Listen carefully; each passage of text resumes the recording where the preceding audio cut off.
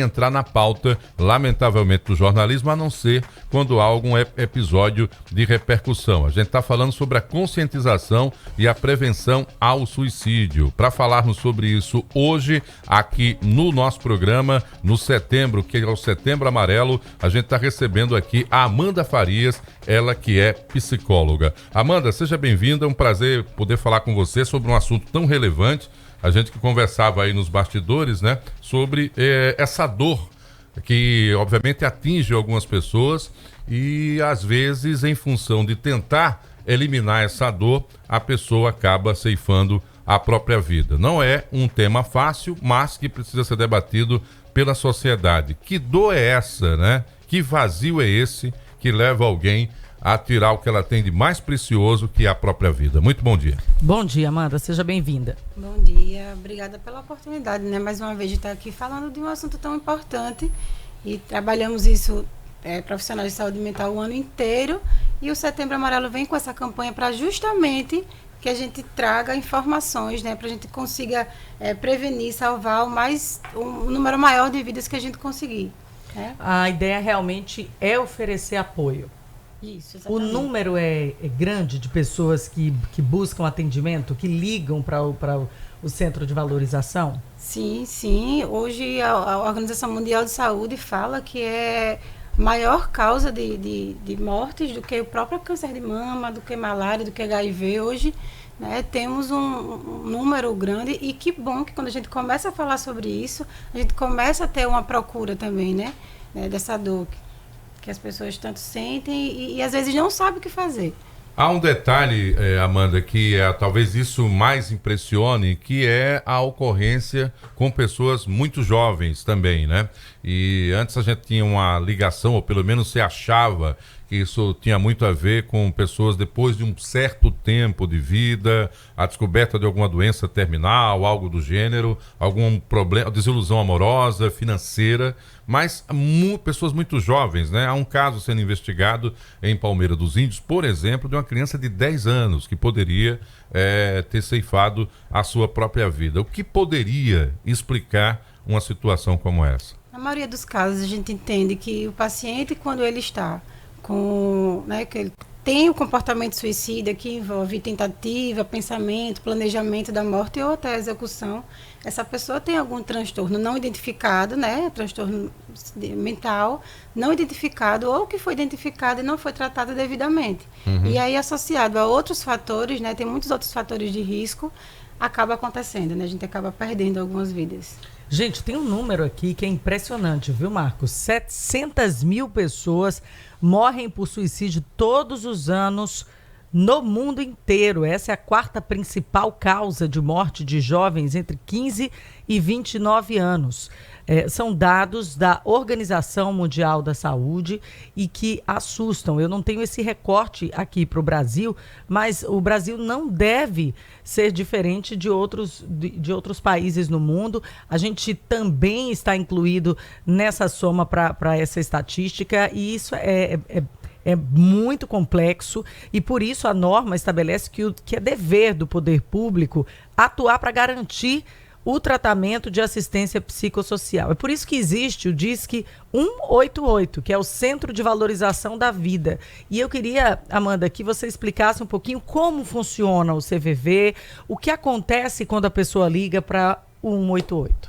A gente tem o 188, né, que é 24 horas todos os dias. Então, assim, quando a gente fala do impulso, da hora, daquela coragem que as pessoas falam da tentativa ou, né, do êxito de conseguir a tentativa de suicídio, é como se fosse a crise do sintoma, né? Eu estou com aquela dor, estou em sofrimento, mas aquela hora crítica é a hora que eu preciso de ajuda. Se eu estou com a dor física, eu corro para a emergência. Então, é esse momento, né? Esse impulso. Então, vai ter, no Centro de Valorização à Vida, alguém específico treinado, né, que estuda a respeito, para fazer um acolhimento que às vezes nós da família, amigos, não conseguimos fazer porque temos uma ligação afetiva. Então, quando chega alguém do nosso afeto falando sobre que não tem mais sentido, a desesperança, que não tem mais vontade de viver, a gente vai para aquela para o julgamento, né? Como a gente estava falando aqui, mas você tem saúde, você tem vida. E lá no 88 você vai receber uma escuta especializada, né? Um acolhimento devido. A pessoa não vai fazer julgamento de valores, financeira ou religioso, que muitas vezes as pessoas questionam, mas você precisa de fé e tal. Então, vai ter alguém especializado 24 horas, pode ser qualquer hora da madrugada, pode ser qualquer hora do dia.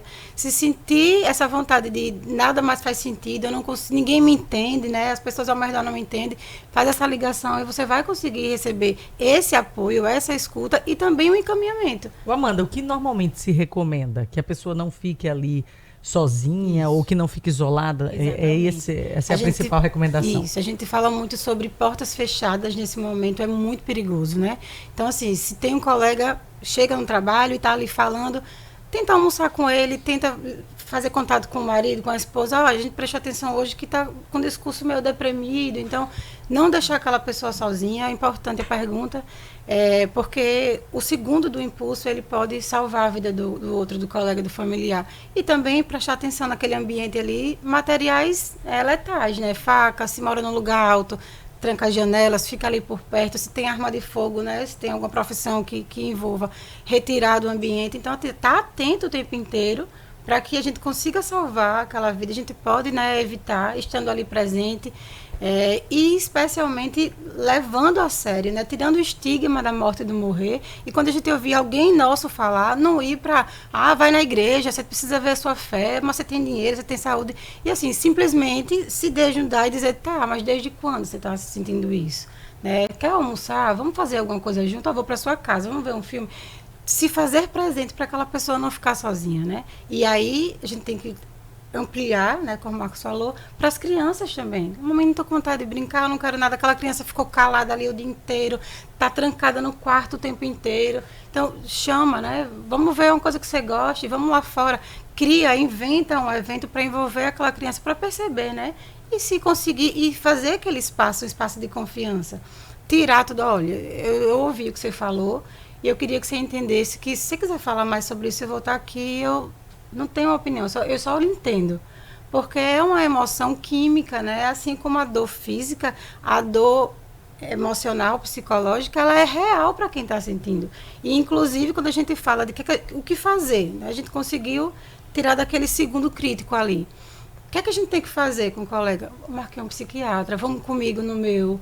Porque é importante o acompanhamento psicológico, mas no momento da dor, se eu estou ali com a pedra na vesícula, como eu citei antes, eu não vou querer uma sessão psicoterápica. Eu preciso do medicamento. Intervenção medicamentosa é essencial no processo, né, do comportamento suicida, para que a droga, né, do medicamento ela venha ali a diminuir essa única saída que a gente encontra.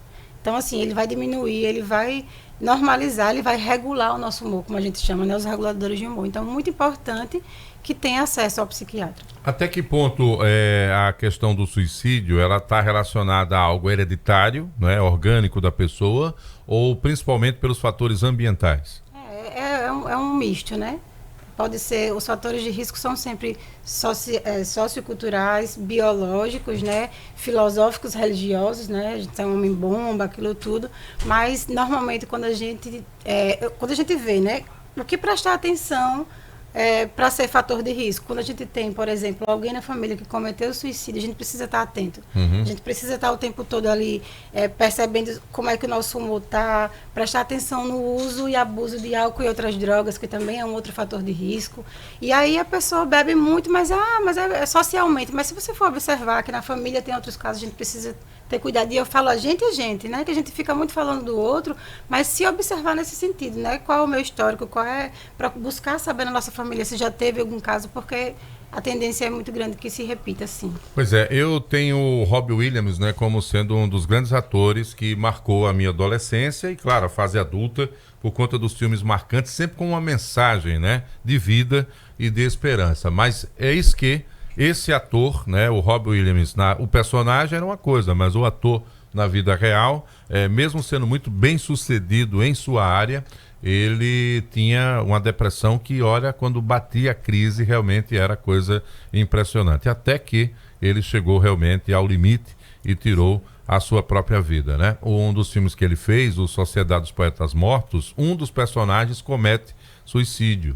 E ele era o professor e tinha incentivado esse jovem a despertar para a arte e, lamentavelmente, o personagem, por conta da repressão familiar, veio a cometer suicídio. Foi um caso assim que particularmente chamou muita a atenção. Mas o que é relevante a gente falar hoje? É que tem pessoas que, como colocou aqui a Amanda, dedicam-se a ser voluntárias em todo o Brasil, inclusive em Alagoas, a integrarem o Centro de Valorização da Vida, o CVV. O telefone é 188. Você pode ligar agora, caso você esteja sentindo essa angústia, esse vazio e essa ideação aí de tentar contra a própria vida, porque alguém vai te ouvir sem nenhum julgamento. E para manter o CVV, eles estão inclusive fazendo um bazar que se encerra hoje lá no Sesc do bairro do Poço. São vários os produtos, muito baratinhos, mas com o objetivo de arrecadar dinheiro também para a manutenção dessa causa, tá? Compareça lá no Sesc, começa agora de 8